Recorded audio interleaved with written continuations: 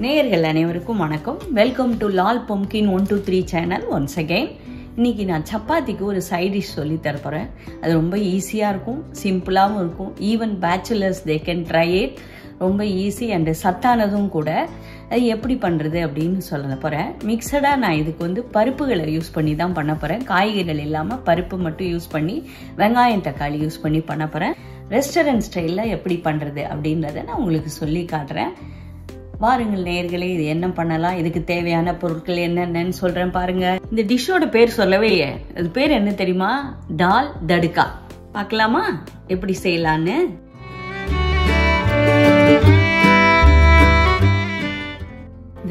இந்த ரெசிபிக்கு தேவையான பொருட்கள் என்னென்னு சொல்கிறேன். இது எல்லாரும் பார்த்துருப்பீங்க, ஆரஞ்சு கலருக்குல மசூர் தால் அப்படின்வாங்க. மைசூர் பருப்பு, இது மைசூர் தோரம் பருப்பு. இது ஒரு அரை கப் எடுத்திருக்கேன். இந்த தால் தடுக்கா கூட ஸ்பெஷாலிட்டியே இந்த மைசூர் தால் தான். இது இல்லை, நாங்கள் எங்ககிட்ட இல்லை அப்படின்னீங்கன்னா நீங்கள் வேற நான் சொல்கிற 2 பருப்பை யூஸ் பண்ணியே நல்லா பண்ணலாம். பட் இது போட்டால் ரொம்ப நல்லா இருக்கும். இது பாருங்க, இது அரை கப்பு எடுத்துட்டு இருக்கேன். இதுக்கு நான் 3 பருப்பு யூஸ் பண்றேன். இது ஒரு அரை கப்பு. இது பாசிப்பருப்பு, அதுவும் ஈக்குவல் அமௌண்டாவே போட்டுக்கிறேன். 3த்தையும் ஒன்னாவே போட போறேன். அடுத்தது தோரம் பருப்பும் ஒரு அரை கப்பு. 3த்தையும் ஒன்னா போட்டு நல்லா தண்ணியில் வாஷ் பண்ணிட்டு வெந்நீரில் ஒரு 10 நிமிஷம் ஊற வைங்க. ஊற வச்சு குக்கரில் விசில் விடணும். இதை நல்லா இந்த பருப்பு நல்லா களைஞ்சிட்டு ஊற வைக்க போறோமா? ஆமா, இதை நல்லா இப்போ களைய போறேன். களைஞ்சிட்டு வெந்நீர் எடுத்து வச்சிருக்கேன். வெந்நீரில் ஒரு 10 நிமிஷம் ஊற வச்சுட்டு குக்கரில் வைக்க போறேன். காய்கறியோ இது பக்கத்தில் வச்சிருக்கீங்க, அதெல்லாம் சொல்லுங்க. அதுக்கு தேவையானது, இதுக்கு சிம்பிளா வெங்காயம், பூண்டு, இஞ்சி இருந்தாலே போதும். வெங்காயம், பூண்டு, இஞ்சி. தக்காளியும் சேர்க்க போறீங்களா? தக்காளியும் சேர்ப்பேன்.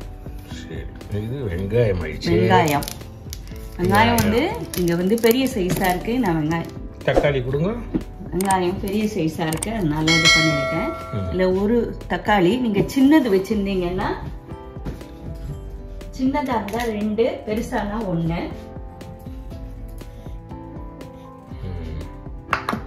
இதுல தக்காளி, 2 பச்சை மிளகாய், 3 பல்லு பூண்டு, 4 வரமிளகாய் எடுத்து வச்சிருக்கேன். காரத்துக்கு தகுந்த மாதிரி தான் வச்சிருக்கோம். ஆமா, ஒரு வெங்காயம் எடுத்து வச்சிருக்கேன். இதுக்கு சேர்க்கறதுக்கு ஒரு துண்டு இஞ்சி எடுத்து வச்சுருக்கேன். இத பூண்டையும் இஞ்சியும் சின்ன சின்னதா நறுக்கிக்கலாம்.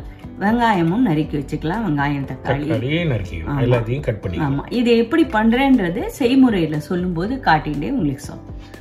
இதை எப்பப்போ எப்படி சேர்க்கிறோம் கட் பண்ணிட்டுங்கிறத பார்ப்போம். வெங்காயத்தை தானே. சரி, முதல்ல நம்ம வெங்காயத்தை கட் பண்ணிப்போம். பெரிய வெங்காயம் இருக்கிறதுனால அரை வெங்காயம் எடுத்துட்டு இருக்கோமா? ஆமா, இது ரொம்ப பெருசா இருக்கிறதுனால இதை வேற இன்னொரு இதுக்கு ஆஃப் வேற இதுக்கு யூஸ் பண்ணிவிடுவேன். ஆனால் வெங்காயம் மட்டும் கட் பண்ணோன்னா அதை உடனே யூஸ் பண்ணிடணும். ரொம்ப நேரம் ஸ்டோர் பண்ணிலாம் வச்சக்கூடாது. ஸோ இந்த ஆஃப் வெங்காயம் வேற ஒரு இதுக்கு யூஸ் பண்ணிவிடுவேன். அதனால் இது ரொம்ப பெருசாக இருக்கிறதுனால பாதி தான் எடுத்துட்டு இருக்கேன்.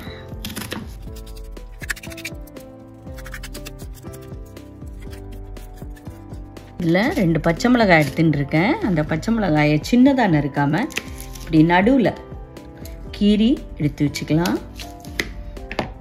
இஞ்சியை சின்ன சின்னதாக கட் பண்ணிக்கலாம்.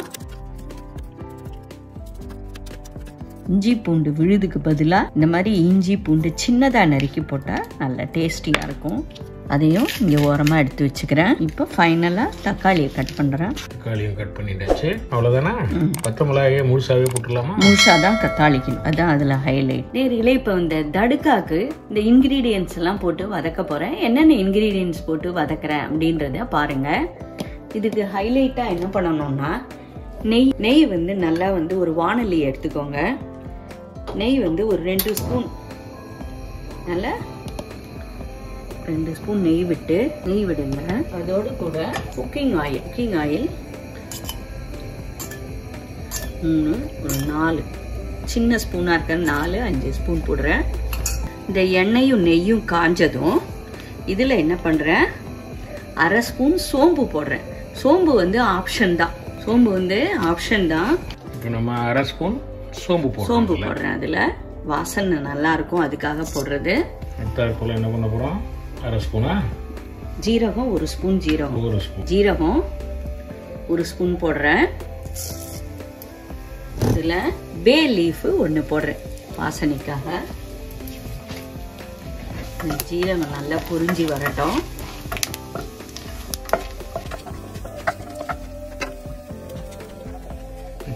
கீரி வச்சிருக்கிற பச்சை மிளகாய் 2, பூண்டு, இஞ்சி எல்லாம் அதில் போடுறேன்.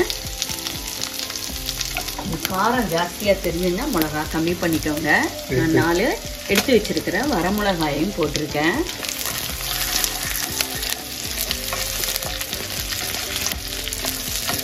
நம்ம 4 பேருக்கு செய்கிறோம். நைட் டிஃபனுக்கு 4 பேருக்கு செய்கிறோம். தேவையானது சப்பாத்தி பண்ணிவிட்டு அதுக்கு நம்ம தொட்டு போவாங்க. இப்போ பாருங்கள், இதெல்லாம் வதங்கி வந்துட்டு இதில் வெங்காயம் ஆட் பண்ணலாம்.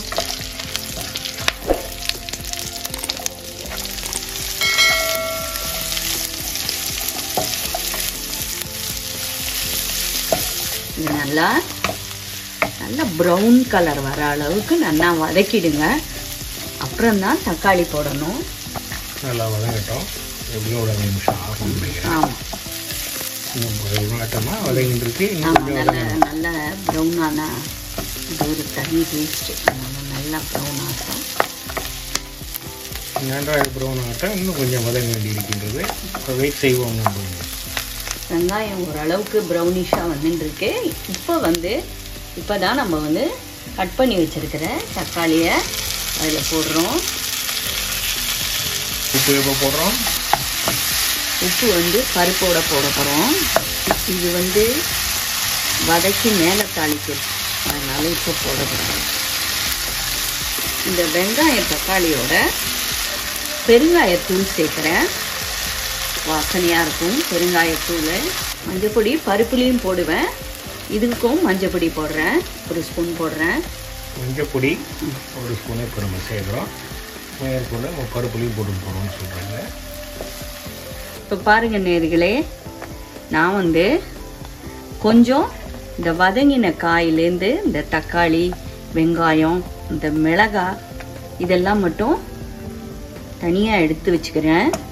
மற்றது ரிமைனிங் இப்படி இருக்கட்டும். கடைசியில் தாளிக்கிறதுக்கு போடுவோம். அதுதான் ஹைலைட்டே.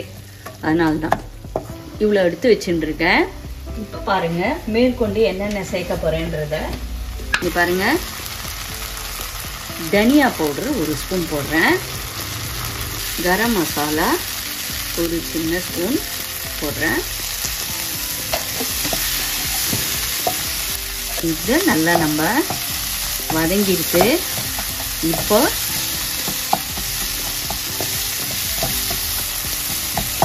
பருப்பு அப்புறம் குக்கரில் பருப்பு நல்லா ஊறிடுது. தண்ணியில் பருப்பு நல்லா ஊறிடுது. அதை குக்கரில் போட போகிறோம். அந்த குக்கரில் போட்டு கிட்டத்தட்ட ஒரு 5 விசில் கிட்டத்தட்ட விடுங்க. நல்லா தண்ணி முழுகிற அளவுக்கு தண்ணி விடலாம். கொஞ்சோண்டு மஞ்சப்பொடி போடுறோமா? போட்டுடுவோம். மஞ்சப்பொடி போட்டுடுறோம் 1 ஸ்பூன். குறை மூடிட்டு விசிலை போட்டுடுறோம். வெயிட்டை போட்டுடுறோம். இப்போ அதில் வெயிட்டை போட்டுடுறேன். ஒரு 5 விசில் வரட்டும்.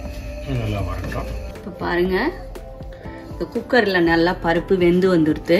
இதை இன்னும் நல்லா குழைய இது பண்ணி மசிச்சுடலாம். மேஷர் வச்சு இல்லை கரண்டியால் கூட நல்லா அது பாருங்கள். 3 பருப்பும் வெந்து அது ஒரு நல்ல ஒரு வாசனை வருது. இந்த மாதிரி பேச்சுலர்ஸ் என்ன பண்ணலான்னா, இந்த மாதிரி ஒரு ஐடியா, தால் தடுக்கா பண்ணுறேன் அப்படின்னு ஒரு ஐடியா வச்சுருந்தீங்கன்னா, முதல் நாளே பருப்பெல்லாம் வேக வச்சு ஃப்ரிட்ஜில் வச்சுட்டீங்கன்னா ஈஸியாக அடுத்த நாள் குயிக்காக ஒரு வெங்காயம் தக்காளியை கட் பண்ணி மசாலாவை போட்டு ஒரு குயிக்கு சைட் டிஷ்ஷு ரெடி பண்ணிடலாம். இங்கே பாருங்கள், இப்போ இதில் நான் என்ன பண்ணுறேன்னா நல்லா தண்ணி விட்டு கரைக்க போகிறேன். நீர்க்க கரைக்க போகிறேன். கிட்டத்தட்ட ஒரு 2 டம்ளருக்கு நான் தண்ணி விட்டு இதில் கலந்துக்கிறேன். நல்லா குழஞ்சி வந்துடுது. இப்போ அடுப்பை மூட்டிட்டு இப்போ தான் அவர் கேட்டார் பார்த்தீங்களா, உப்பு இப்போ தான் இதில் போட போகிறேன். இந்த தடுக்காக்கு தேவையான உப்பு போடுறேன். இதை வதக்கி வச்சிருக்கிற வெங்காயம் தக்காளி, அதாவது பாதி கொஞ்சம் எடுத்து வச்சிருக்கேன், மிச்சத்தை அதில் போட போகிறேன். இதில் போடுறேன்.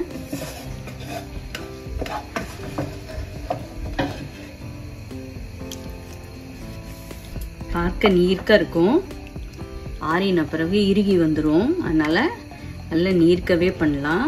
இதை ஒரு 10 நிமிஷம் கொதிக்க விடலாம். பாருங்க, இதுல வந்து இந்த கசூரி மேத்தி, அந்த வெந்தயக்கீரை இலை காஞ்சது தான் இது.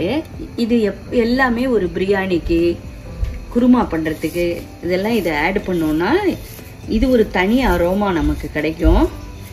நல்லா நொறுக்கி போட்டுருங்க, உங்களுக்கு நல்ல தூளா கிடைச்சிடும், நல்லா இதுவாயிடும். இப்போ இதில் போட போகிறேன்.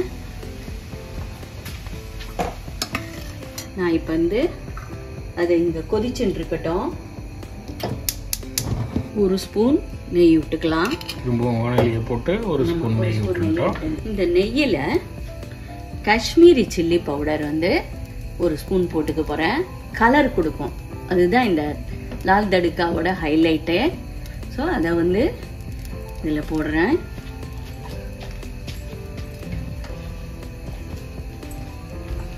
எடுத்து வச்சிருந்த இந்த வெங்காய விழுது எல்லாம் போட்டு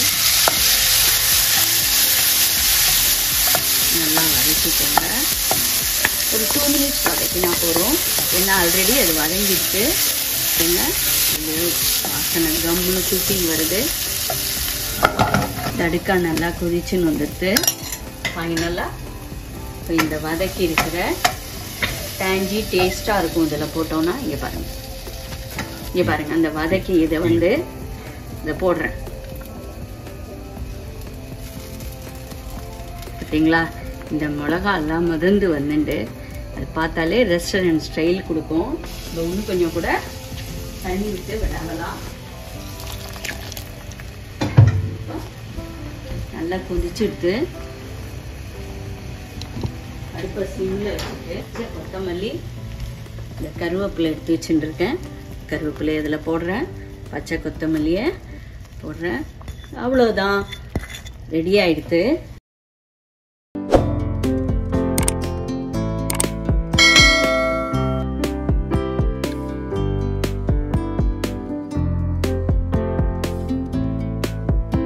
ஃபைனல் ஹைலைட்டே என்ன போடுறேன்றது சொல்கிறேன். கொஞ்சம் வெண்ணெயை கட் பண்ணி இதில் போட்டிங்கன்னா அவ்வளோ டேஸ்ட்டாக இருக்கும். இது உங்களுக்கு ஆப்ஷன் தான், போட்டிங்கன்னா ரொம்ப டேஸ்ட்டாக இருக்கும். அவ்வளோதான். என்ன இதுலே சுவையான மனமுள்ள அப்படியே கொதிச்சுன்னு இருக்கும்போதே அந்த பட்டர் இதுவாகிடுது. இப்போ ரெடி ஆகிடுது. ஆஃப் பண்ணிடுறேன் அடுப்பை. Lal தடுக்கா is ready. இது சப்பாத்தி, பூரி எல்லாத்துக்கும் தொட்டுன்னு சாப்பிட்லாம்.